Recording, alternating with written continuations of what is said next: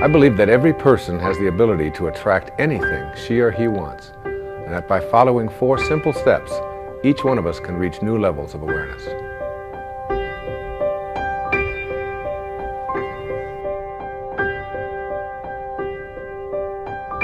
The entire universe works on one very simple sentence. As you think, so shall you be.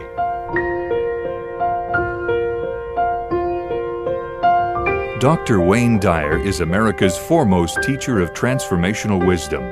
Author, psychotherapist, professor, and lecturer, he holds a doctorate in educational counseling from Wayne State University. Dr. Dyer has written over 10 best-selling books, including Your Erroneous Zones, Real Magic, and Manifest Your Destiny, which have inspired 50 million readers worldwide. Now, Dr. Wayne Dyer presents his basic formula to help you change your life and get what you really, really, really, really want. Ladies and gentlemen, Dr. Wayne Dyer.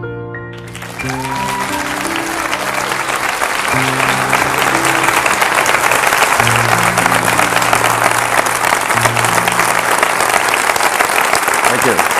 Thank you. Thank you. Thank you. Thank you so much. You're very kind. I will be speaking this evening about something that's very dear to my heart. It's not really a canned speech. It's not something that I've memorized. I don't speak from notes. I speak from my heart about something that I work on each and every day in my own life. It is about a process that has been a growth thing for me. The idea of there being levels of awareness, ordinary human awareness, and higher levels of awareness are something that you can do a lot of reading about and you can study spiritual literature. But until you begin to put it into practice and live it each and every day, it really just is something that is distant and more academic. What I will be attempting to do here this evening is to share with you some very specific principles that I have studied and practiced with my family, with my wife particularly, and our children, and my extended family. I am not here to proselytize for any particular point of view. I don't represent any religion. I'm not organizing anybody or encouraging anybody to join anything. I have never been a joiner. I don't pay any memberships anyplace. I really don't think of myself as a very organized person, period. I think a truth is a truth very often until you organize it. And then it becomes a lie very often because the organization becomes more important than the truth that we're attempting to teach. So this is not really about getting people to agree with me. When I was back in school, I had professors who used to say, if you want to understand poetry, or if you want to understand a great novel, or if you want to understand a great movie or enjoy it, what you have to do is practice what he called willingly suspending your disbelief. So that when you go into a movie theater, for example, you will see a two-dimensional screen. And you don't walk in and say, well, that's just a two-dimensional screen with a lot of images that are being projected from the rear of the room from a projector, and I'm not going to allow my emotions to be impacted or affected by a silly little thing like a projector. If you did that, you would not be able to enjoy the movie. What you do is you willingly suspend your disbelief. You just let go of any of your doubts, and you just allow yourself to be entertained for a couple of hours. And you say, like, all right, Nicolas Cage can exchange faces with another man, all right? That's a possibility. I'll buy it, all right? And they can go home and convince their wives, even though they've just exchanged faces and nothing more, which was always a surprise to me, that this thing's really happening. But what I'd suggest to you is that if you argued with that and said, oh, this is ridiculous, or this is just not possible, that you wouldn't be able to enjoy the movie. And I suggest that you take what I'm speaking about here this evening Some of it will conflict with some of the things that you have been conditioned to believe in, some of the things that you may hold very dear to your heart. And I'm not here to challenge them. I'm not here to get you to change your point of view. I'm not here to get you to join some organization that I think will get you to be more enlightened. I'm just offering you what comes from my heart, principles that are involved in being able to reach higher and higher and higher levels of awareness, so that things like miracles and being able to attract into your life what has been missing up until now, the ability to heal yourself of perhaps diseases or processes of difficulty that you've never been able to handle before, the capacity to be able to create the kind of relationship that you would like to have, the ability to even get a job that perhaps you haven't been able to get, or to raise your level of prosperity, whatever it might be, to sell your home if you've been having difficulty doing that. That there is an energy in the universe. There is something that is in each and every one of us.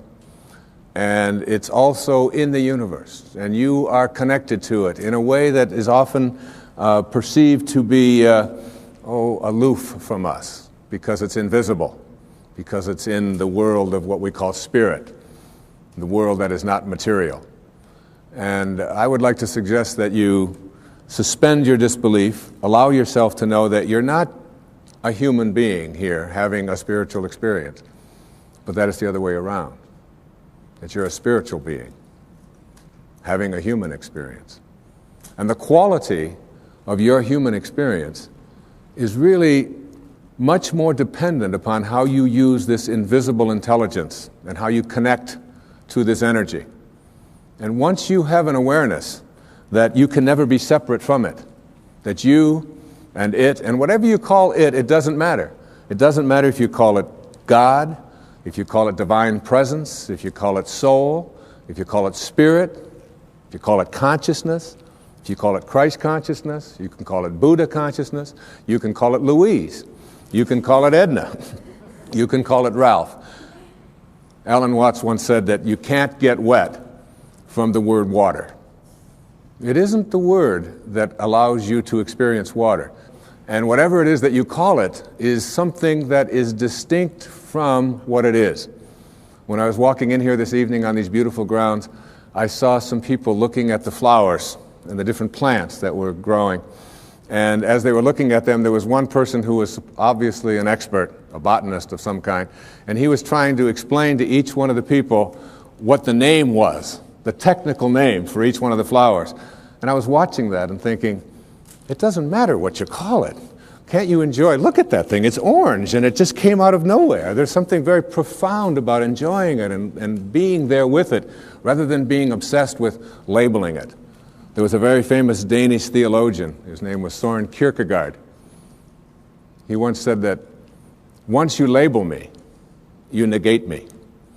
Once you place a label on me and put me into a compartment or a category of some kind, I must then become what it is that you have labeled me to be. So that we want to be able to live our lives and to practice principles of higher awareness without being so consumed with what I call ordinary human awareness. And ordinary human awareness is just the recognition or the belief system that I am a human being. Maybe I'm having a spiritual experience, I'm not quite sure. But higher human awareness, what is sometimes in the East called Siddhi awareness. In the West, it's been called higher consciousness or Christ consciousness. There's many names for it. But when you get beyond just knowing yourself as this body and this personality and this thing that you inhabit, and begin to realize that who you are is that which was never born and can never die, when you recognize your eternal self. And that's what this program is really about. It's really about recognizing the power, the energy, the capacity to be able to do what it says in some of the most holy books that you've ever read, that even the least among you can do all that I have done, and even greater things. And that's not just empty words from Holy Scriptures. That's a very powerful lesson that each and every one of us can practice and live every day. What I'd like to suggest to you, and what this program is really about, is that there are higher levels of awareness that are available to us. A level of awareness that allows us to do things like, and it may sound a bit strange, but to manage the coincidences of our lives. To be able to place our attention on what it is that we would like to create for ourselves in our lives. To literally have the power to know that if I think about it, and I keep it there, and I keep that picture firm within me, that there is an energy, a source, a capacity within me that is in the universe and that is also in me, and that I can use this energy, that I can manage it. There are many ways to get the things that we want for ourselves in our lives, but basically it all begins with how we choose to think. As you think, so shall you be. 7 little words that I think are perhaps the most important things that we can learn and master in our lives. This old proverb notion that I become what I think about all day long. And once you know that what you think about is what expands, you start getting real careful about what you think about. You don't allow your thoughts to be on anything that you don't want or that you wouldn't want to have manifest or show up for you in your life. Emerson said, the ancestor to every action is a thought. And you can look at every spiritual tradition, whether it's Eastern or Western, whether it's ancient or modern, whether it's civilized, quote, or uncivilized, quote, whether it's tribal. And there is, in all of these persuasions, this idea that inside each and every one of us, in a place that is not material, in a place that has no dimensions, in a place that has no boundaries, that in each and every one of us, we have this power, and we have this intelligence, and you can never see it. I've often said that when you die, if you're going to die, and 5 minutes before you're ready to leave, they weigh your body, and let's say it weighs, let's pick a good number, 150 pounds, all right? And then life leaves your body. And they weigh your body instantly after you're dead. And it still weighs 150 pounds. So that your body weighs the same alive or dead before it begins to deteriorate. And if that's the case, then your life, this thing that leaves your body and your body still weighs the same, is weightless. Your life is weightless. You can't put a dimension on it. You can't put a measure on it. Who you are is that life. And that life is not in the dimension of material. It's like if I want to wiggle my finger, I just have to have a thought. And the thought says, I think I'm going to wiggle my finger. And then I do this, and you say, well, that's really no big deal. But it really is a big deal. Because there's something invisible in here that says, I'm going to wiggle my finger. I've never seen that. I've never been able to, you can put that under an x-ray, you can try to measure that and find out what it is in there that allows you to say, I'm going to wiggle my finger, and you can never find it. It's not in this world, if you will. So I can do all the scientific studies, and what I can do when I do these scientific studies is I can find the command center inside of me. And I can go to the brain and I can point to a specific point, and scientists can do this and say, there's the command center which allows you to have a thought, I think I'm going to wiggle my finger. But there's no computer and there's no scientists and there's no technology that can ever allow us to go inside and say, there's the commander in the command center. Can't find it. And that commander in the command center, that weightlessness, is the part of us that we just don't pay enough attention to. And what I'd like to suggest here this evening is that once you start becoming aware of the power of thought, and if you look around, just look around you at everything that you see, it all began with a thought. We become what we think about. And that is probably one of the most important principles in learning to manifest.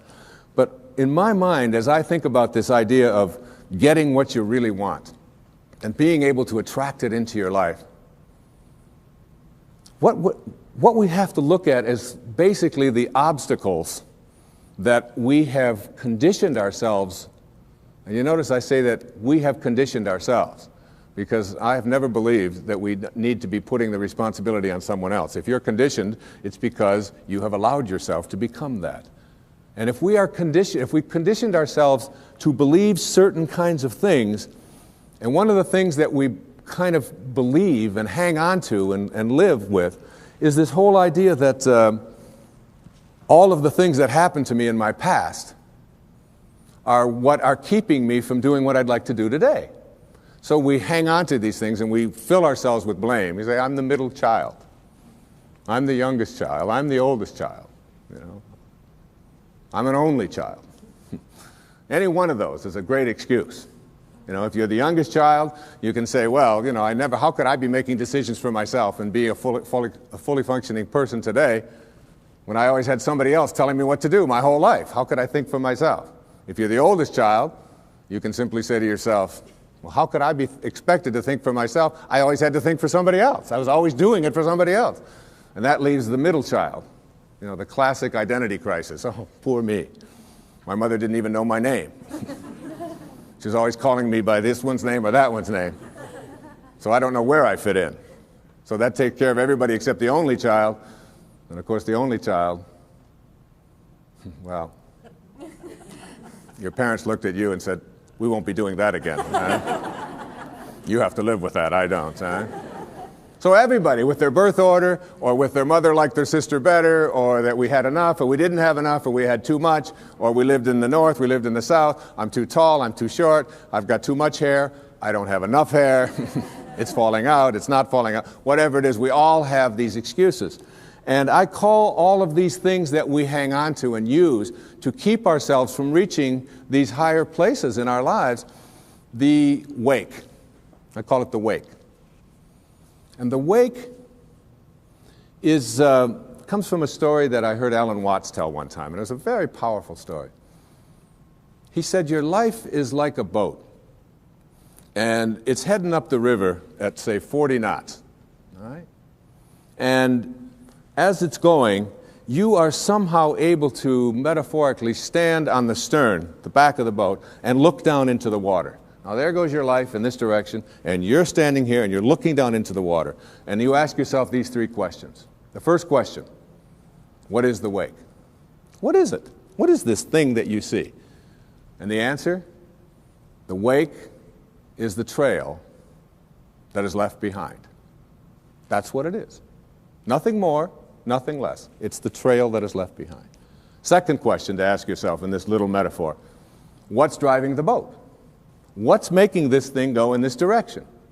The answer, the present moment energy that's being generated by the engine, and nothing more. That's the only thing that's making the boat go in this direction. And in this little scene, this means it's the present moment thoughts that I have and how I am using them that is making my life go in this direction, and nothing more. Because the third question is the most important and powerful question. And ever since I heard it, I've always thought about this whenever I have a tendency to look back here and blame something. Is it possible for the wake to drive the boat? That is, can a trail that is left behind make a boat go in this direction? And of course the answer to that is no, it can't. It's just a trail that is left behind. And in that trail, there are an enormous number of things, and every one of us has a wake. And we have a whole lot of stuff in it. And one of the problems that we have is that we have a tendency to look at the wake and all of the stuff that's in it to explain why it is my life isn't working the way I would like it to work. So that you can take a look at the experiences of your life. I look at the experiences of my life. In the experiences of my life, I spent some years in a series of foster homes. People have said to me, oh, living in a foster home, that must have been terrible. I said, no, It wasn't terrible at all. When you're 6 years old, you don't wake up every day and say, oh my God, I'm living in a foster home. Isn't this awful? Poor me. How come me and nobody else? You don't do that. You don't do that till you're 40. And when you're 40 and your life isn't working and you're bankrupt and you're a drug addict and you're falling, your relationships are all falling apart and your family's leaving you, and you say, why is this happening to you? You say, what do you expect from me? I had to live in a foster home. My mother liked my sister better. We were too this, we were too...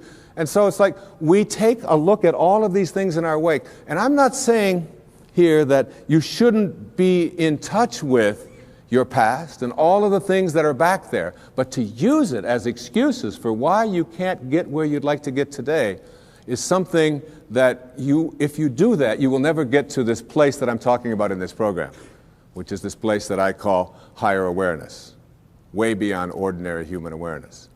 One of the most powerful lessons that you can ever learn, I had to learn as a young man.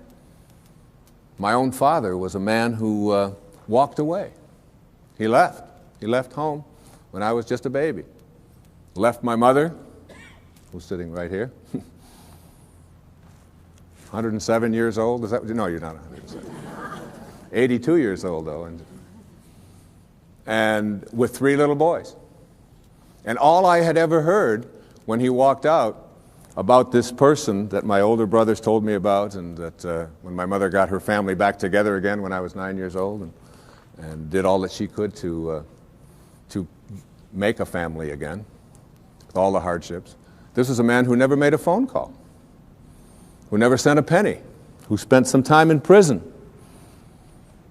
who was an alcoholic, who died of cirrhosis of the liver at the age of 49 and was buried in a pauper's grave in Biloxi, Mississippi. And it wasn't until I went to his grave and was able to stand there, and I used to dream about this man and have this enormous hatred for this person whom I had never seen, just based upon what he had done to my own mother and to my brothers and so on, and all of the stories that I had heard and all the research that I had done. And I ended up at his grave 10 years after he had died when I finally found out that he was dead.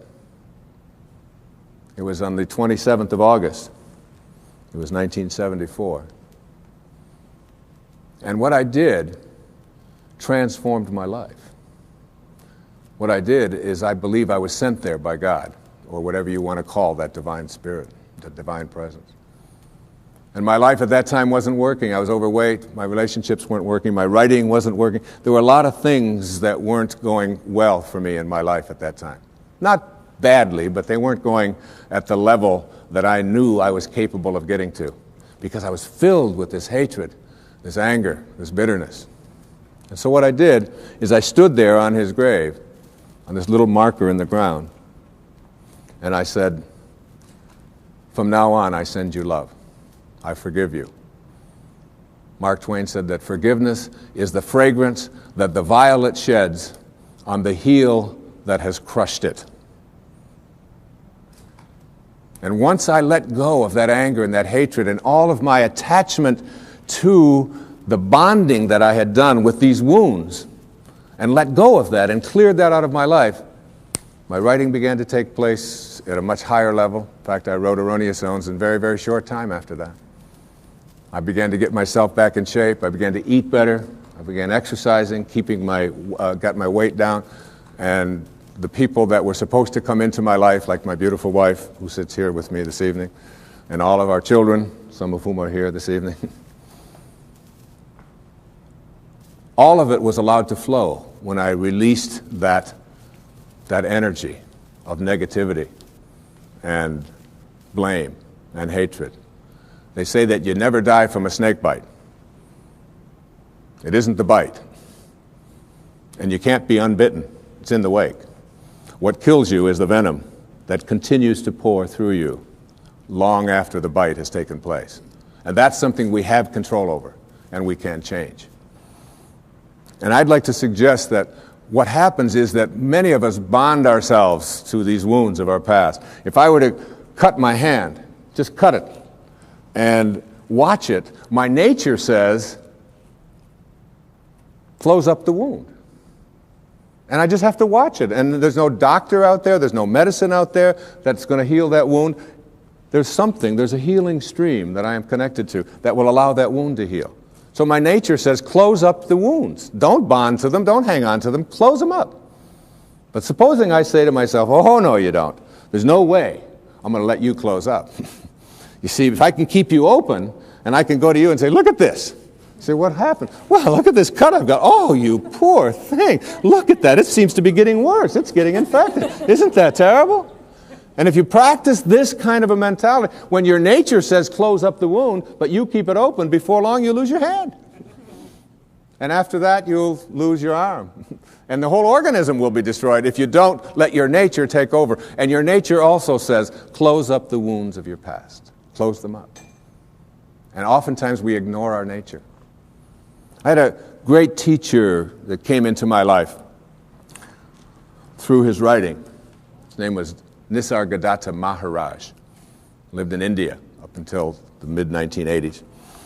And he wrote something called I Am That, which was very powerful and influential in my life.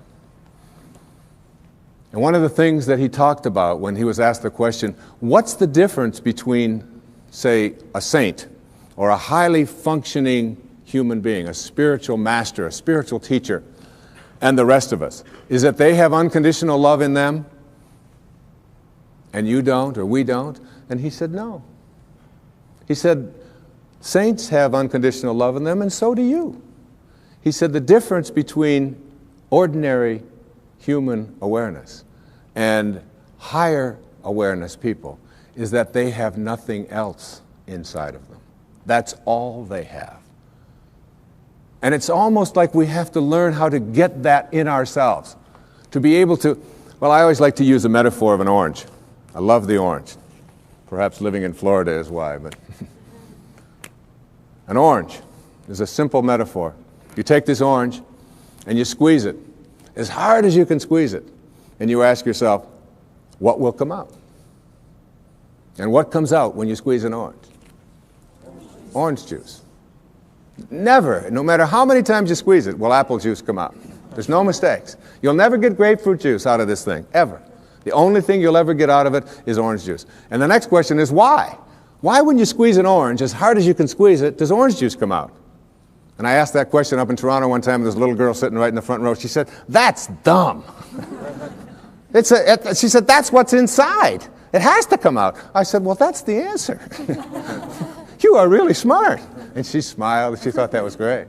But that's the truth. The reason that orange juice comes out when you squeeze it is because that's what's inside. Now you extend the metaphor and someone squeezes you.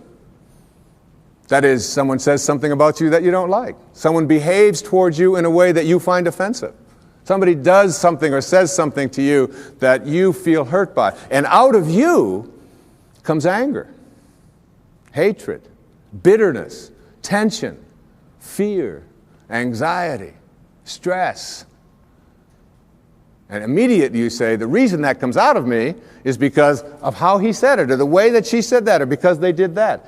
But the truth is, the reality is, that what comes out is what's inside.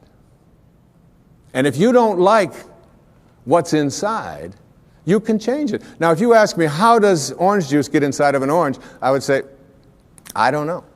I can't figure it out. That's a mystery to me. I just enjoy the oranges of my life and give God the credit for that. A lot of people think that other things make them the way they are. They will blame their past, they'll blame their parents, they'll blame the economy, they'll blame the Ayatollah, they'll blame somebody for things that are going wrong in their life. And one of the favorite things that we have to blame for why I'm upset at a particular moment is something called traffic. Traffic made me upset. And I've always reminded myself when I'm in a jam or when I'm on the freeway and I'm trying to get someplace, that traffic doesn't care. That you have within you the opportunity in this moment to really work on these things that are perhaps debilitating or creating anxiety or stress in your life. That these are tests, these are opportunities for you. Traffic doesn't care. Your anger is your choice, and you can always choose to be happy, angry, depressed, miserable, upset, or you can choose to be fulfilled and do something positive in this moment. It's always up to you. I'd like to give you what I think of as the great spiritual teachings of many various persuasions. There's a story that summarizes it. It's the story of what I call the four philanthropists in a village.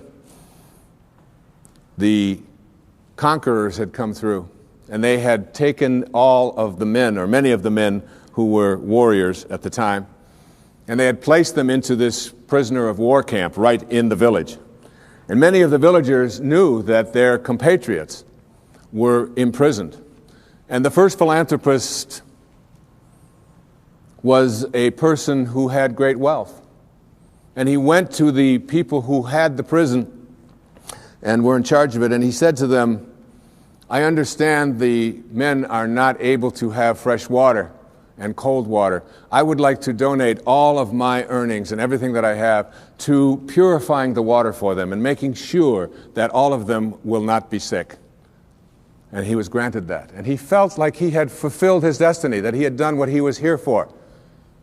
The second philanthropist discovered that the men were sleeping on rocks and that they were cold at night. They didn't have blankets. And he took all of his funds and he said to them, I would like to provide bedding and blankets for the people so that they will be comfortable when they sleep at night. And he was granted that right, and he donated his money for this purpose. And again, he felt that he was fulfilling his destiny.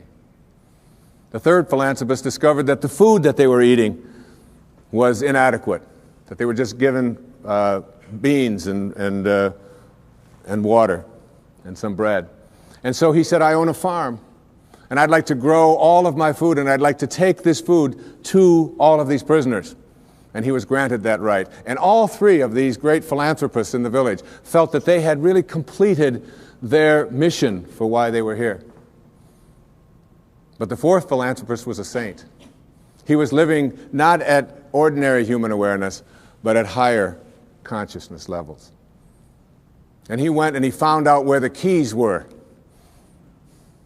And he went to the prison at night and he released all of the prisoners. And this little metaphorical story really tells us that when we are living at ordinary human awareness, there's nothing wrong with those who are out there who can help us to suffer in comfort. All right? And many of us have learned to do that and accept that and say, all right, as long as I'm comfortable, even if I'm suffering, it's okay. But there are those who have keys, and those keys can open the prisons. One of the great teachers in my life was Carlos Castaneda. And Castaneda talked about his teacher, who was what they call a nagual, a Native American term that refers to all that is knowable. And his teacher told him that your life is like being born into a room, a mansion, if you will, that has 1,000 rooms. But you're born into one room. And this one room is called daily human awareness. And the only way you can get in is through conception and birth. You're in. And the only way you can get out, we are taught, is to die.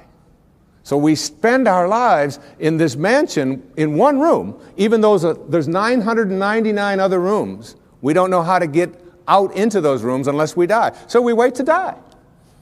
And what his teacher told him is, I can teach you how to get out of the room of daily awareness and into the other 999 rooms. And if you stay with me and learn all that I have to give you, I can teach you how to get out of the house altogether without having to die.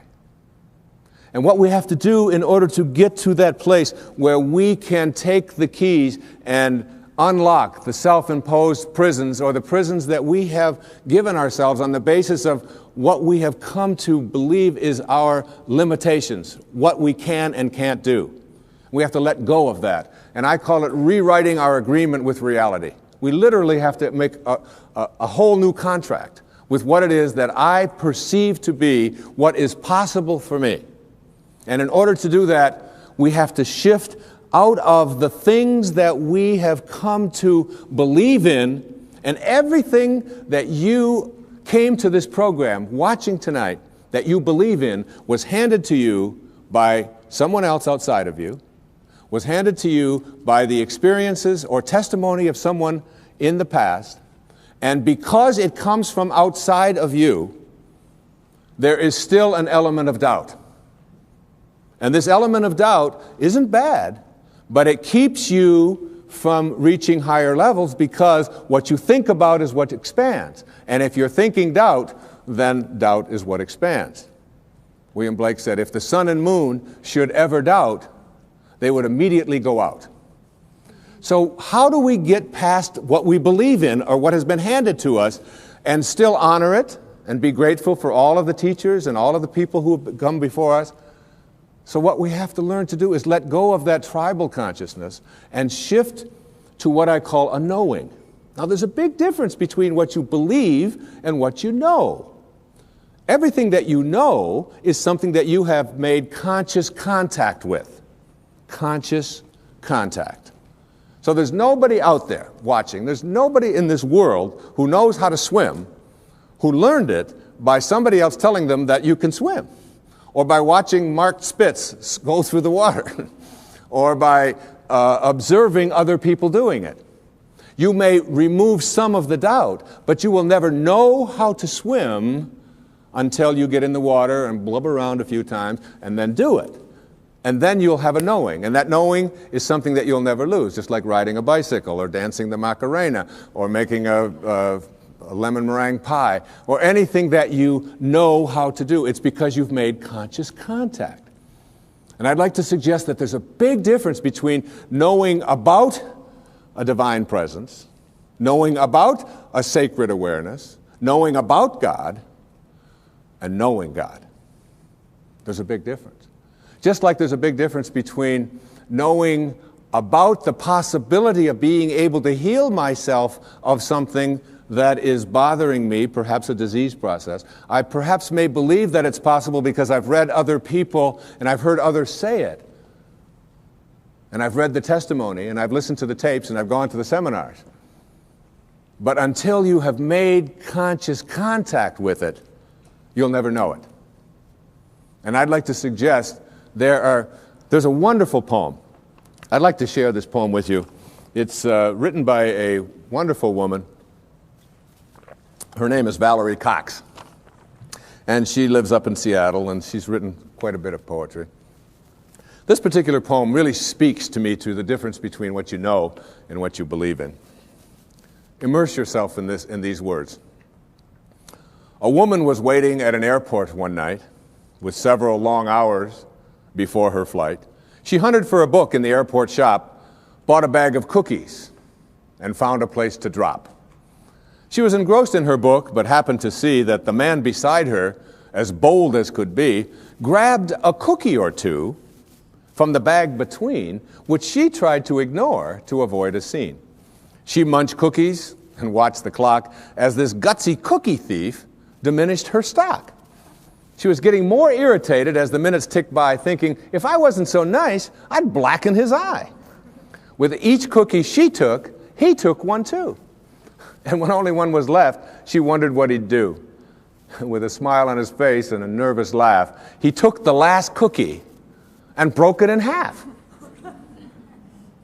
He offered her half as he ate the other. She snatched it from him and thought, oh, brother, this guy has some nerve, and he's also rude. Why, he didn't even show any gratitude. She had never known when she had been so galled, and sighed with relief when her flight was called. She gathered her belongings and headed to the gate, refusing to look back at the thieving ingrate. She boarded the plane and sank in her seat, then sought her book, which was almost complete. As she reached in her baggage, she gasped with surprise. There was her bag of cookies in front of her eyes. I love that. I love that. If mine are here, she moaned with despair, then the others were his, and he tried to share.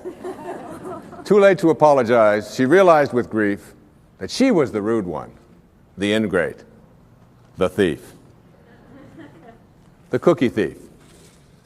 And all of us in some ways are cookie thieves. I have 8 beautiful children. Our youngest little girl's 8 years old. One of the things that you do when you become enlightened and become a guru, like me, That'll be the day. Is when we place something that is important to know where it is, we practice mindfulness so that we never misplace anything. So obviously, having reached this exalted level of awareness in my home with my 8 children, I never misplace anything. So I place my keys right here in a certain spot.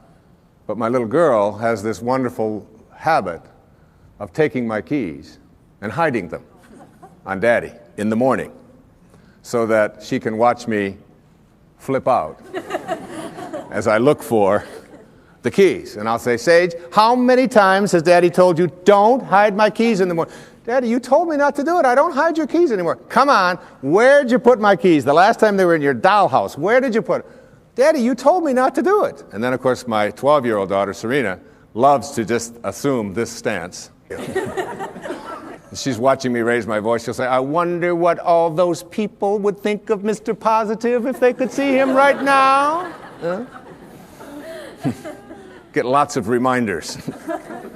So I give up. I say, look, when I come back out here, I want those keys here. And I go back and I get my clothes on and I reach in my back pocket, and there are my keys. Right where I had left them the night before, in my pocket. And there's a fine line, I think, between being a guru and being a jerk, all right? And I probably crossed that line more times than I should be admitting here on television.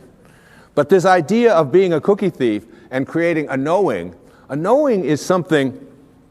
I did a benefit along with my wife a couple of years ago with a man on Maui whose name is Michael Knopf, who had been injured in an accident. He's a quadriplegic or paraplegic. And at that meeting, when it was over, there was a man who lived on another one of the islands who was known as a kahuna, a healer, an ancient healer from Polynesia.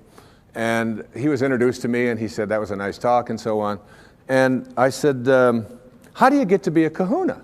You know, do you take Kahuna 101? I mean, what courses do you take? How does this work out? And he said, no. He said, kahunas are raised to have no doubt. To have no doubt. To have a knowing. And he said, when a knowing confronts a belief in a disease process, the knowing will always triumph. And that knowing is something in which you say, you are healed, and healing takes place.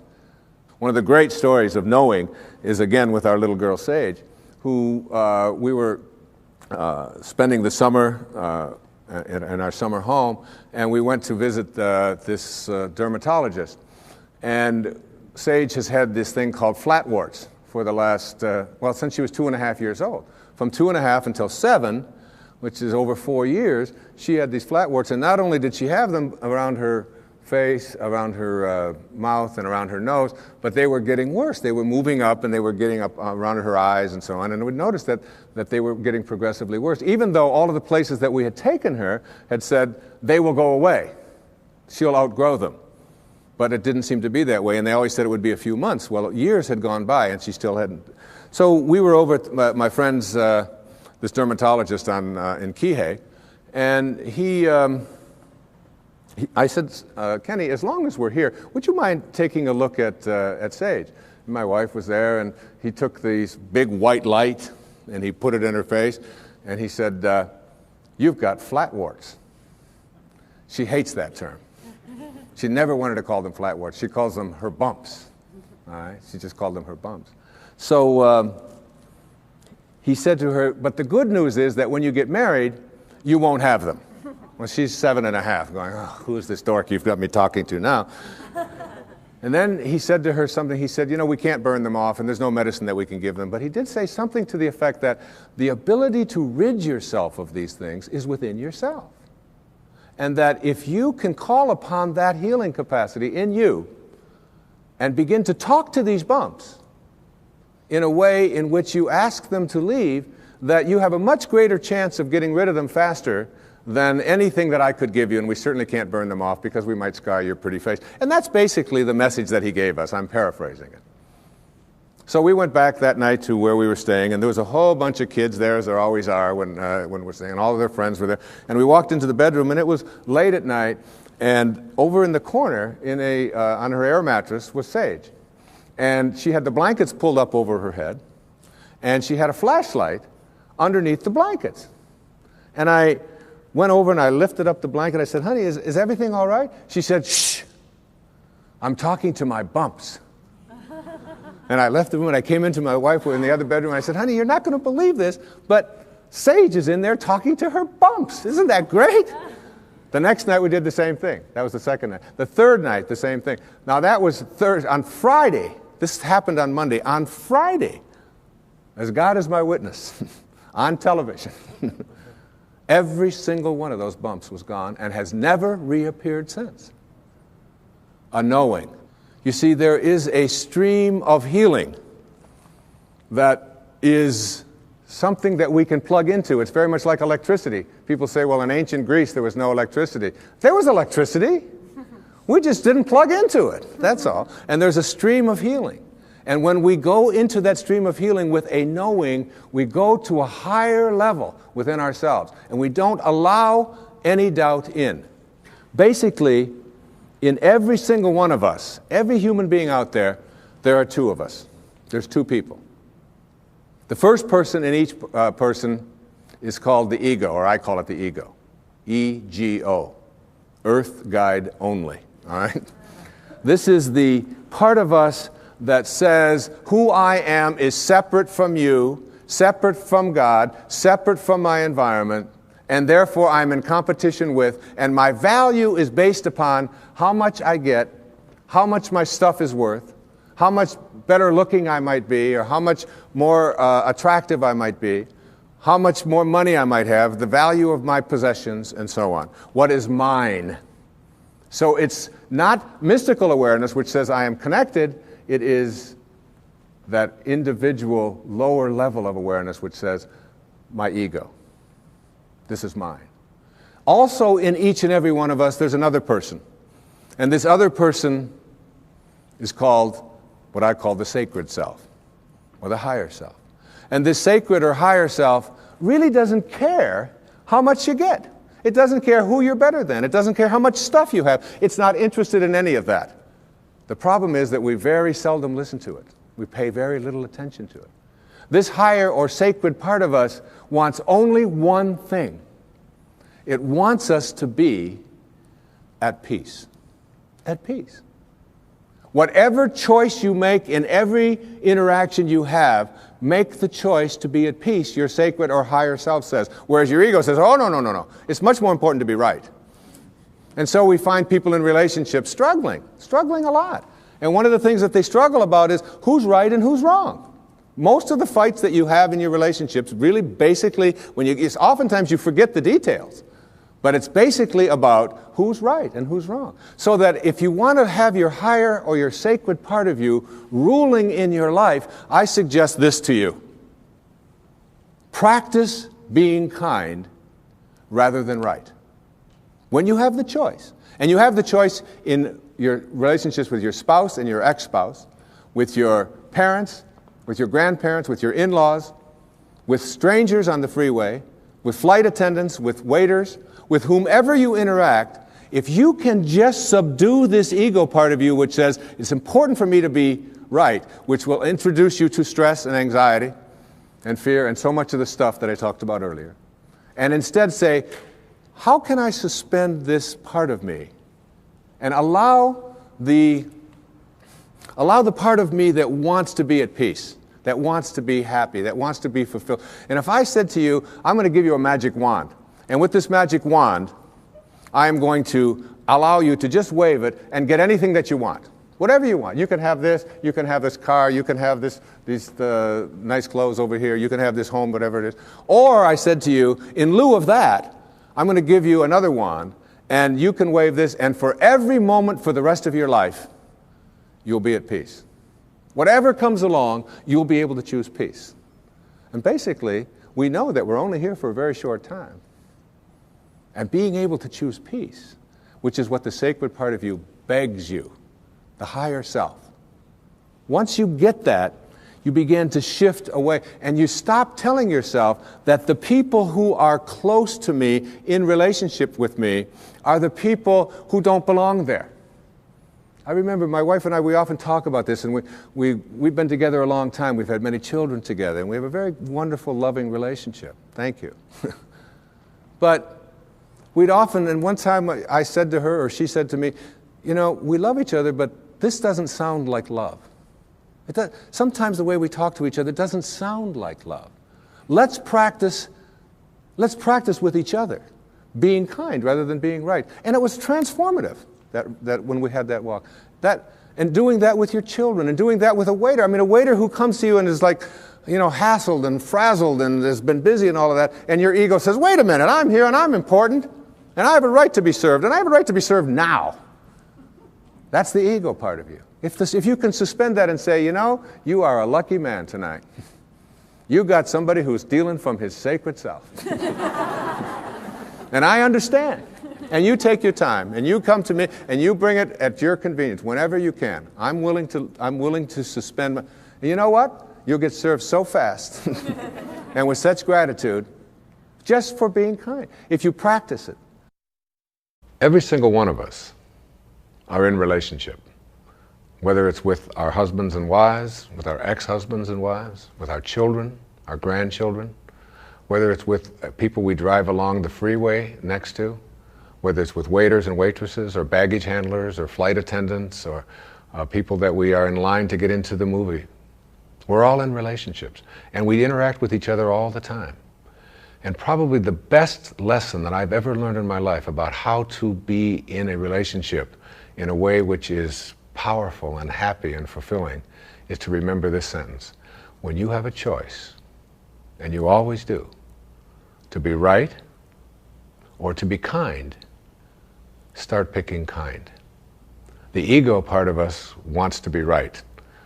How dare you not serve me as fast as I think I deserve to be served? How dare you say something to me? And immediately we want to make that other person wrong and make ourselves right. But there's a part of each one of us that wants to be happy, wants to be at peace. And that part of us says, it doesn't matter whether you're right. It doesn't matter about your ego. All you want is to be at peace, so pick kind. This kind of an attitude, if we had more of this, not only in our own personal lives, would we improve virtually every relationship we have with all of the people closest to us and all of the strangers we interact with. But on our planet as well, we would begin to understand the wisdom that on a round planet, there's no choosing up sides, that we're all one. We're all breathing the same air. We're all drinking the same water. We're all being warmed by the same sun. And as they say, as the Native Americans used to say, no tree has branches so foolish as to fight among themselves.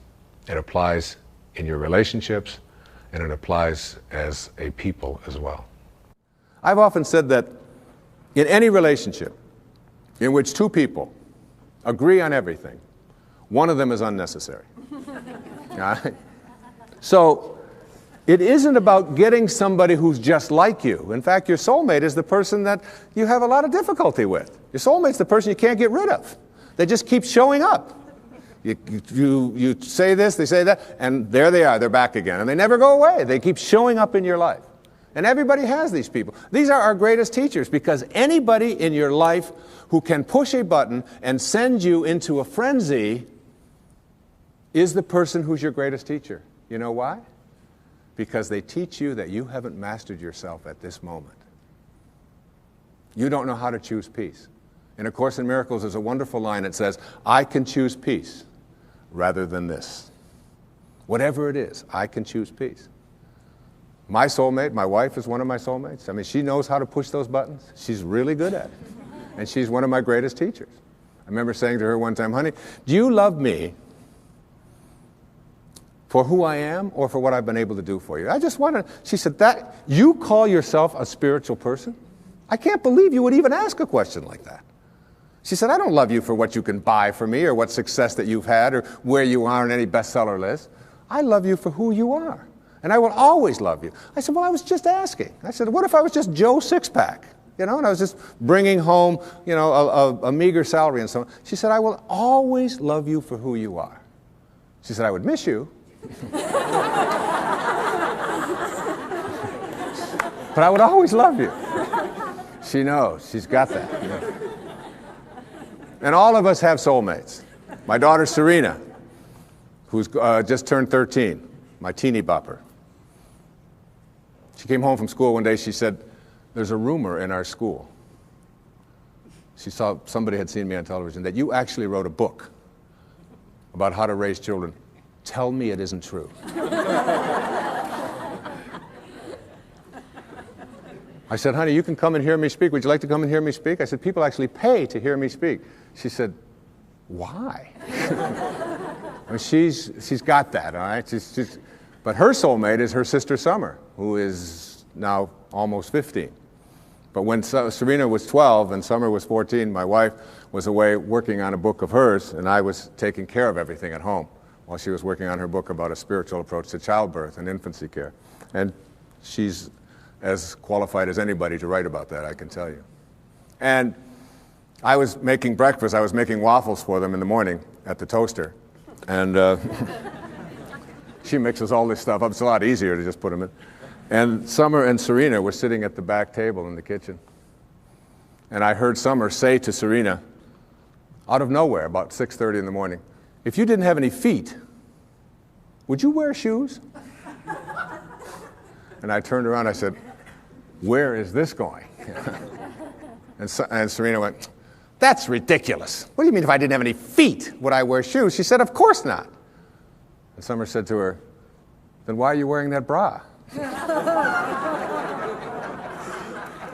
Everybody's got a soulmate. Stormed out of the room, and it was all... But it isn't the people who agree with us, it isn't the people who tell us the right thing, it isn't the people who always find us, just perfectly smelling good and so on. There is an element of understanding that everybody who shows up in our life has something to teach us. Many people have said to me that they have observed in my writing and in my teaching over the years that I have changed. I've evolved, if you will. That when I first wrote Erroneous Zones and Pulling Your Own Strings and books like this, that I was really talking about something much different than I'm talking about today, which is spirituality, higher awareness, higher consciousness, and it's true. Because one of the great teachers, again, in my life was Carl Jung. And in Modern Man in Search of a Soul, he said that there are archetypes, there are stages that we go through when we reach adulthood. He said those stages work like this. He said it starts out with the athlete when you reach adulthood. And he called it the athlete, not as a put-down of athletes, but as the time in our adult life when our primary emphasis is on our body. What it can do, how strong it is, how fast it can run, how much it can lift, how beautiful it is, and so on. And we believe that we are a body, if you will, perhaps with a soul. He said the second stage is what he called the stage of the warrior. And this is the time in our adult life when we take ourselves out of our physical self, if you will, and we take this body out into the world, and we do what warriors do, which we attempt to conquer, we attempt to defeat, we attempt to get as much as we can. It's the age of the ego. It's the time when we're saying, what are my quotas? What's in it for me? What can I get? And we go through that stage. And I believe that I was writing earlier in my life to teach people how to be better athletes and better warriors, because that's where I was in my life in those days. And the shift has taken place for me as well. Jung said that the third archetype is what he called the archetype of the statesman or the stateswoman. And this is when we finally get to a place in our adult life when we stop saying, what's in it for me? How much can I get? How much can I accumulate? And we begin to ask the question, how may I serve? What are your quotas? And serving others becomes much more important than our own egos, until ultimately we reach what he called the stage of the spirit, the archetype of the spirit, when we finally begin to recognize that this is not our home. What it means in the holy books when it says, you are in this world, but you are not of this world. And these four stages represent also where we can look at our own self. How am I doing going through these? To what extent do I find myself consumed with my own quotas? What's in it for me? How much can I get? And ask ourselves that question as we begin to interact and deal with other people. Being able to manifest, being able to attract into our lives what it is that we'd like to attract into our lives boils down to a formula that I'd like to share with you here this evening. And this formula is one that everyone that I know who is able to get things into their life practices this. I call it the 4 reallys. All right?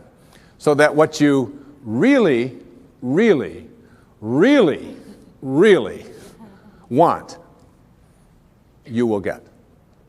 And these four really each of them stands for something. And if you look at people who are good at, some people call them lucky, some people call them highly spiritual, whatever it might be, but they are good at getting what they want in their lives. And here are the four reallys. The first one says, I wish. So what you really wish for, everything that you'd like to get into your life starts with a wish. It's a thought. I wish I could get that job. I wish I could get that promotion. I wish I could lose weight. I wish I could get rid of that addiction that I have. I wish I could, whatever. It's a wish. So what you have to start with a wish. The second really stands for what you desire. What you really wish and desire. And the difference between what you wish for and desire is in what I call asking. Ask and you shall receive. Ask and you shall receive. It's not empty words. Be willing to ask. When I get stuck sometimes writing and I'm just not quite sure where to go or whatever, I just leave the typewriter or I leave the yellow pad that I'm writing on. I walk over to the couch and I get into a meditation and I say, I would like some help in having this become clearer as to how to express it. And it's always there. Sometimes the phone will ring. And my wife will call and she'll say, did you know that this was in the mail? And I'll say, read it to me, and it'll be exactly what I needed. Sometimes it just comes in the thing that I call an intuition or an insight, whatever it might be. The third really stands for what I intend. So now you shift away from what I wish for and ask for, and you frame it in such a way that you intend to create it.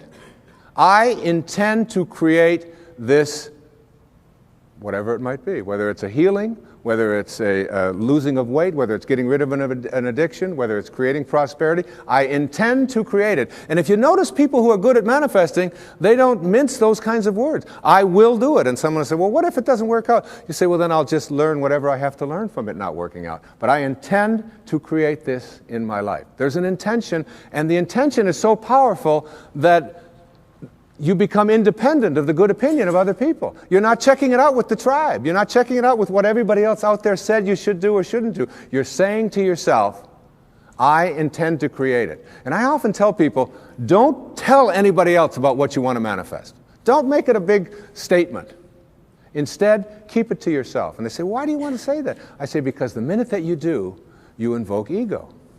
And in quantum physics, there's a simple line. It says, particles themselves are not responsible for their own creation.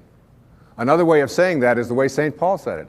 That which is seen, he said, hath not come from that which doth appear. That is, the source of everything over here is not over here. It's in this invisibleness. And once you invoke ego, you have to defend it, you have to explain it, you have to get the tribe involved in it, and before long, you've lost the capacity to manifest. It's a spiritual journey. Inspiration, in spirit.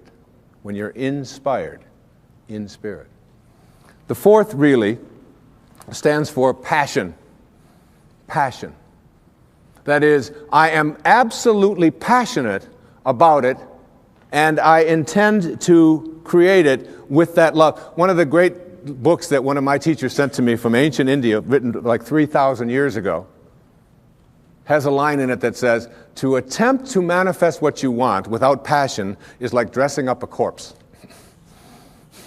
So you take this corpse, and you put a tuxedo on it, and you dress it all up, and you put all the makeup on it, and you take it out into the world, and you say, now, see what you can get for me. But basically, it's dead inside. And if it's dead inside, that is, if it lacks passion, if you lack passion, you're not going to be able to attract it into your life. So what you wish for, ask for, intend to create, and have passion about, you'll get. You'll get it. That's the good news. The bad news is that what you really, really, really, really don't want, you will also get. And this is one of the most difficult things for people to understand.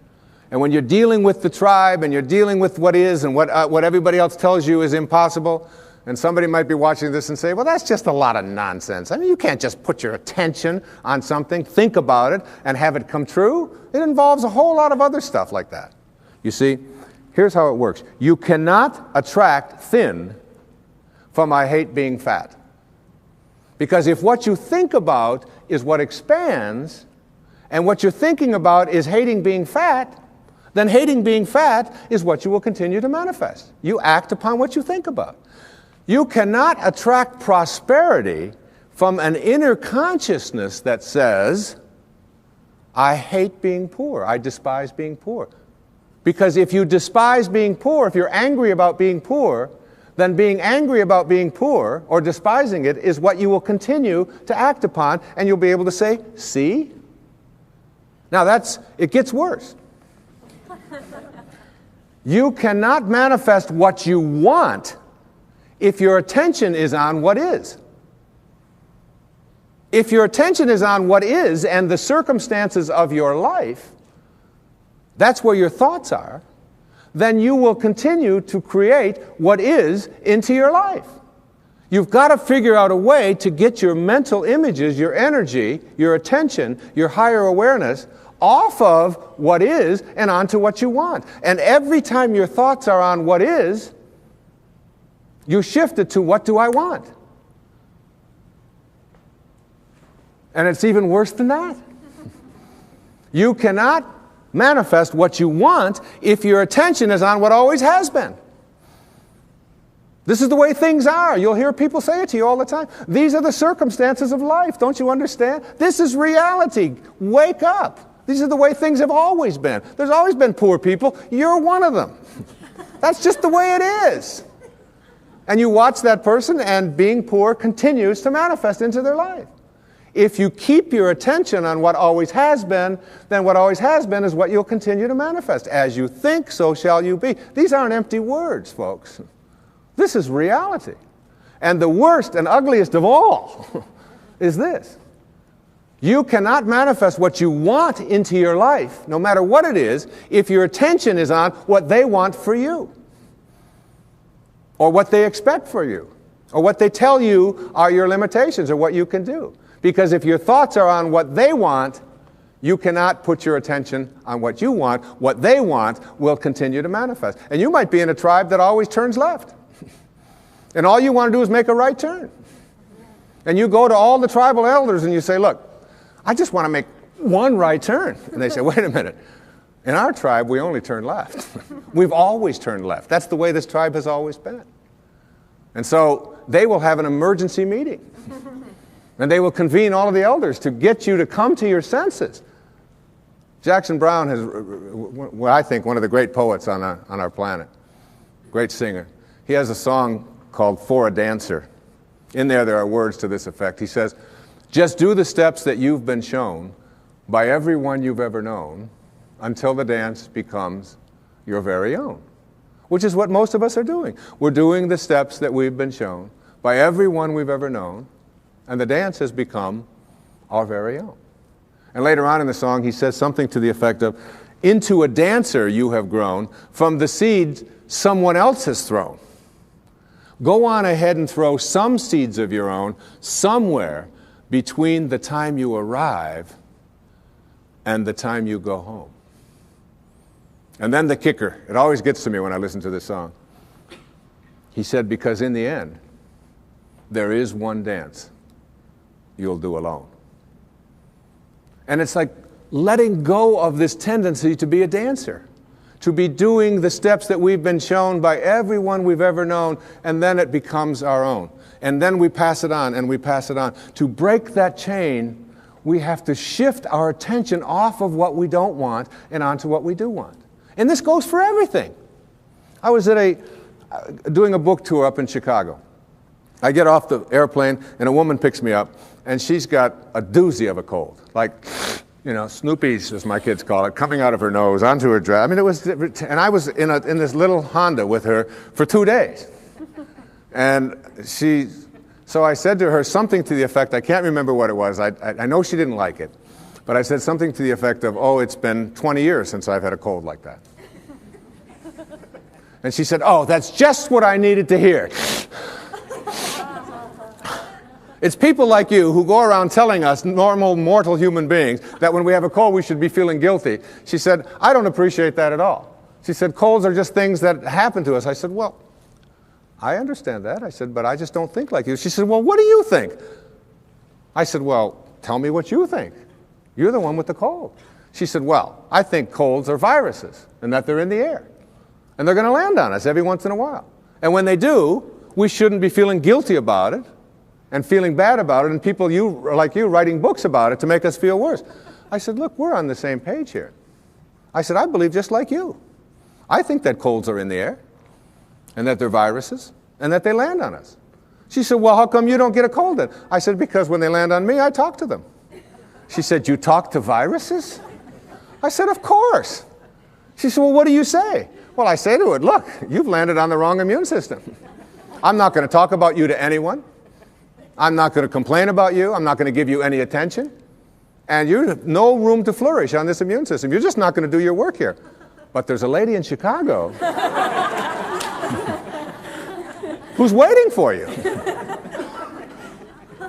Now, you laugh and you think that that's silly, but I'm telling you that when you keep your attention on what you don't want is what will keep manifesting into your life. Addictions have been described as never getting enough of what you don't want or what you despise. So we keep our attention on what we don't want, and what we don't want is what we keep seeking after, and then we despise it. When we put our attention on what we do want, when we shift to a place called unconditional love, and begin to view it as something that I don't have to be dependent upon, you can shift right out of it. The currency for attracting what we want into our lives is our thoughts. As you think, so shall you be. Begin to place them on what it is that you want, and you'll start seeing it shift over and over again. And people who are terrific at getting what they want, you start getting inside of their head and say, what do you think like? How are you organized in here? And you know what they always say? I never, ever allow my thoughts on anything that I don't want. And no matter who out there is saying, yes, but you can't do this, yes, but you can't do that, I never allow that kind of energy. I shift away from that energy instantly. That's what separates great masters from ordinary human awareness. I have been talking during this program about a consciousness, an awareness, a level of functioning or living or thinking which involves something that I call spirituality. It isn't restricted in any religious way. It is a divine intelligence, an organizing intelligence that is everywhere at once. Some people call it God. Some people call it soul. Some call it spirit. Back in the times of slavery, there was a young man. His name was John Newton. He was 23 years old. And he had what is called in Japanese, it's called, excuse my Japanese, but it's called satori. I'd love to say that. Satori, S-A-T-O-R-I. And it means instant awakening. The idea that you can create something in your life now. In Zen, they have a proverb that says, when the student is ready, the teachers will appear. So it's just being ready. And so you don't have to go through this long, involved process to get to enlightenment where you get it 5 minutes before you die. Instead, you can have it when you are ready. The Native Americans, they have a word called natohi in the Aleut Indians. Natohi. And it means great seeing. Like I don't see, and boom, there it is. I see. And it's like in a dream when you just have this awakening, this light goes off and you just know. It's intuition, if you will. Intuition has been described as, if prayer is you talking to God, then intuition is God talking to you. It's like hearing that voice, and you know it. And John Newton, this 23-year-old sea captain, had a ship full of human cargo that he was bringing from the west coast of Africa to the New World as slaves. And he had this satori, this awakening. And in this moment of awakening, he realized that what he was doing was horrible and defenseless in terms of his own inner sense of morality. And he wrote down on the envelope the words to a song he called it Grace. I once was lost, and now I'm found. And it was grace that taught my heart to feel. It was grace that brought me home. He shifted away from his material world and his being a warrior to being a spiritual being in an instant, which is available to every single one of us. And he wrote these enduring lines. And I have asked my beautiful 16-year-old daughter, one of 6 beautiful daughters that I have. Her name is Sky, and she's just 16 years of age. And she really, in my heart, I've often said to my wife that Sky is just about one of the nicest human beings I've ever known. The fact that she's my daughter, I know may sound like it's prejudiced, but this is a person who comes every night and says, I love you, to not only my wife and to myself, but all of her brothers and sisters, who is kind beyond anything I could ever imagine. And you know, from the time that she was a baby, just this high, she always knew what she wanted. She knew. She didn't believe, she knew. I'm going to be a singer. And I'd say, well, Sky, you know, you've got to study this. She said, no, I'm going to be a singer. And she would never hear of anything to the contrary. And if we were walking through a mall and someone would say, and she'd be 2 years old, up to my knees, and someone would say something to her, she would just sing a song for them. And she'll do it at any time. She had that knowing. She really, really, really, really, with passion, has always known it. And sings all the time and lightens up our house and my life and my wife's life in just the most magnificent of ways. And I asked her if she would please come tonight and sing this song for this program, to close it with as beautiful a rendition of Amazing Grace. And listen to the words. It isn't just my pride in my little girl singing. It's the message of finding yourself and reaching that higher level. So, ladies and gentlemen, my beautiful daughter, Sky Dyer, singing Amazing Grace.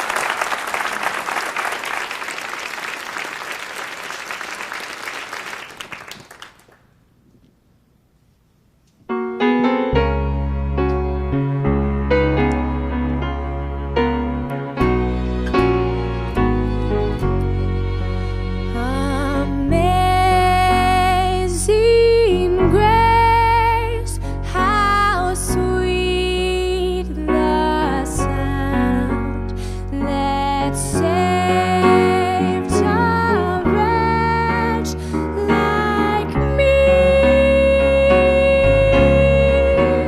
I once was lost, but now am found. Was blind, but now I see. 'Twas grace that taught my heart to feel, and grace my fears relieved.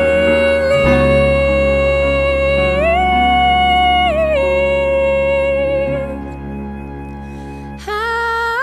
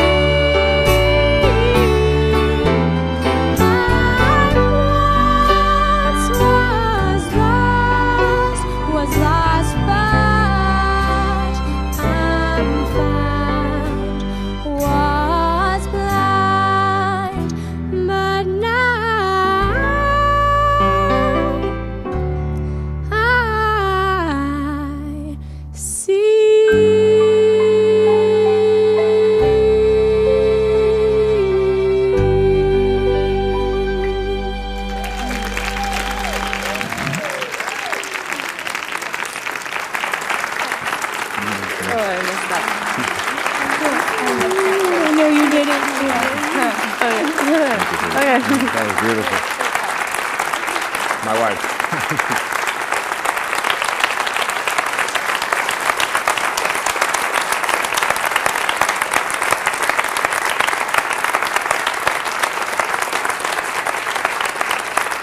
I once was lost, and now I'm found.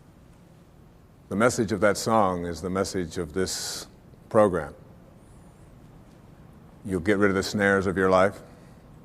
You'll let go of all of the things that keep you from reaching that exalted level of spiritual awareness. And you'll find yourself coming home. And when I say coming home, I mean returning to your source. Not the ego, which believes you're separate from it, but your sacred, highest self, which knows. God bless you, and thank you for watching.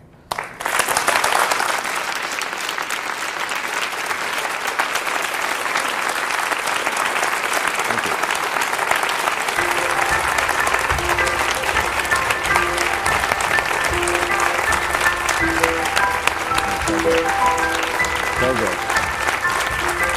Thank you very much. Thank you.